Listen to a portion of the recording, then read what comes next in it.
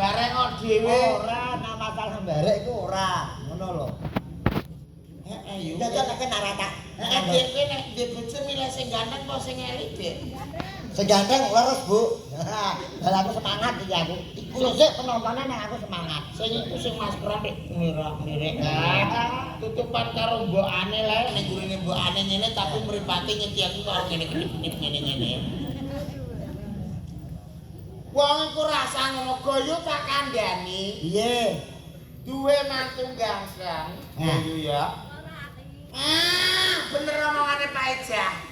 Lha iki lho, kowe dulurku Jah.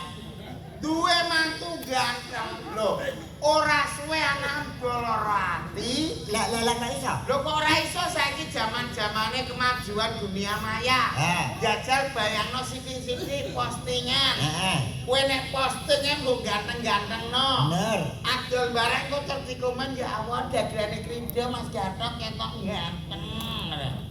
Gayane melepuke ra ukur. Akhirnya apa yang terjadi? Apa? Sing ning omah mbok bodoni, kowe terus komen karo sing ning jowo akhirnya terjadilah perselingkuhan. Lho akhirnya terus kawin meneh. Duwe mantu ganteng yo ora suwe nang tinggal pegatan. Mergo ganteng iki kakean pola kok yo.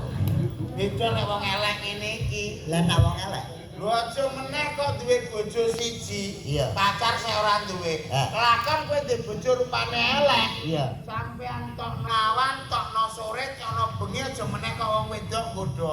Demit kuat nyimpang. Nggih napa mboten?